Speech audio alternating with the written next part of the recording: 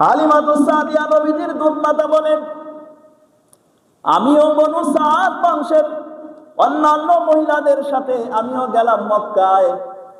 মক্কা নগরীতে যাওয়ার পরে দুগ্ধ পশুর সন্তান আমি খোঁজ করতে লাগলাম। কিন্তু আমি দয়া দেখলাম আমার আগে সমস্ত মহিলারা সম্ভ্রান্ত পরিবারের সন্তানদেরকে দুধ পান করার জন্য তারা নিয়ে নিয়েছে। আমি হালিমা ছিলাম দুর্বল, আমি হালিমা একেবারে চিকনা চাকনা ছিলাম। আমাকে দেখে কেউ পছন্দ করতো না, তাদের সন্তানকে আমার কাছে দিতে চাইতো না।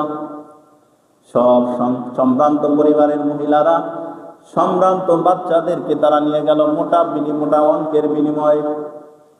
আমি হালিমা অনেক খোঁজাখুঁজি করার পরেও দুধ পান করার জন্য একটা সন্তান যখন তালাশ করে পাই না, যখন আসার টাইম হয়ে গেল, স্বামীর সাথে পরামর্শ করলাম, স্বামী গো,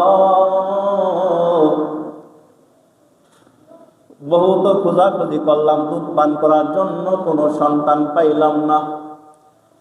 কিন্তু আমার নবী সে ছিল অত্যন্ত গরিব পরিবারে, এই কারণে কোন মহিলারা আমার আপনার নবীকে নিতে চায় নাই। নবীকে দেখার পরেও তারা এড়াইয়া গেছে। বলে, মুহাম্মদকে যদি আমরা দুধ পান করার জন্য নেই, এর বিনিময়ে আমরা মোটা অঙ্কের হাদিয়া পাবো না। মুহাম্মদ হলো গরিব, মুহাম্মদকে যদি আমরা দুধ পান করানোর জন্য নেই, তো সে তো, তার মা তো আমাদেরকে বেশি হাদিয়া দিতে পারবে না, তার মা তো গরিব মানুষ। এই কারণে কোন মহিলারা আমার আপনার নবীকে দুধ পান করার জন্য নেয় নাই। মক্কার সব শিশুদেরকে মহিলারা নিয়ে গেছে দুধ পান করার জন্য, কিন্তু আমার আপনার নবীকে কেউ নেয় নাই, কারণ গরিব অসহায়, বাবা নাই, তাকে নিলে আমাদের তেমন কোনো লাভ হবে না, এই কারণে নেয় নাই। হালিমাতুস সাদিয়া বলেন, পরিশেষে আমি স্বামীর সাথে পরামর্শ করলাম, স্বামী গো, খালি হাতে যাওয়ার চেয়ে বরং চলো আমরা এই মুহাম্মদ গরিব শিশুটাকে নিয়ে যাই, আমরা যা পাই তাই ভালো। খালি হাতে ফিরে যাওয়ার থেকে আমরা এই শিশুটাকেও অন্তত নিয়ে যাই। হালিমা সাদিয়া বলে, স্বামীর সাথে পরামর্শ করার পরে মুহাম্মদকে আমরা নিয়ে গেলাম দুধ পান করার জন্য।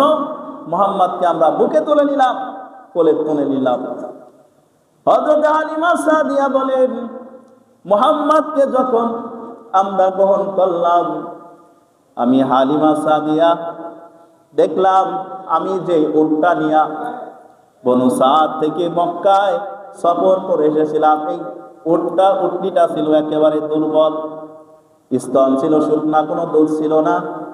মুহাম্মদকে যখন আমরা গ্রহণ করেছি, গ্রহণ করার সাথে সাথে অমনি আমরা দেখতে পাইলাম আমাদের সেই দুর্বল উটনিটা অনেক শক্তিশালী হয়ে গেছে। সুবহানাল্লাহ, অনেক শক্তিশালী হয়ে গেছে।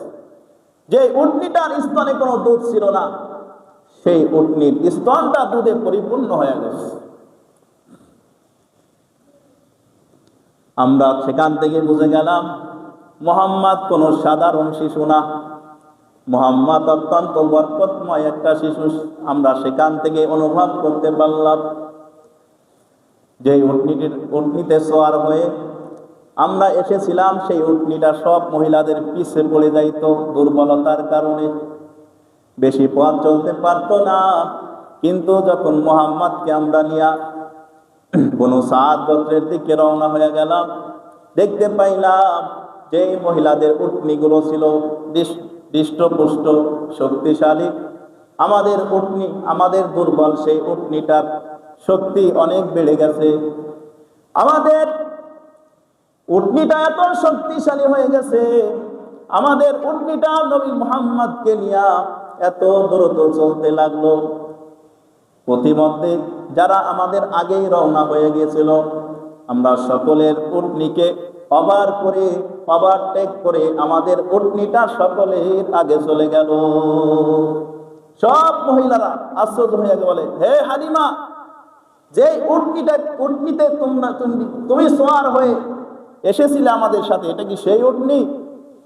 আসার সময় তো দেখেছিলাম তোমার উটনিটা আমাদের উটনির পিছনে পড়েছিল, অত্যন্ত দুর্বল ছিল, এখন আবার এত সবল কেমনে হইল? সবাই আশ্চর্য হয়ে গেছে।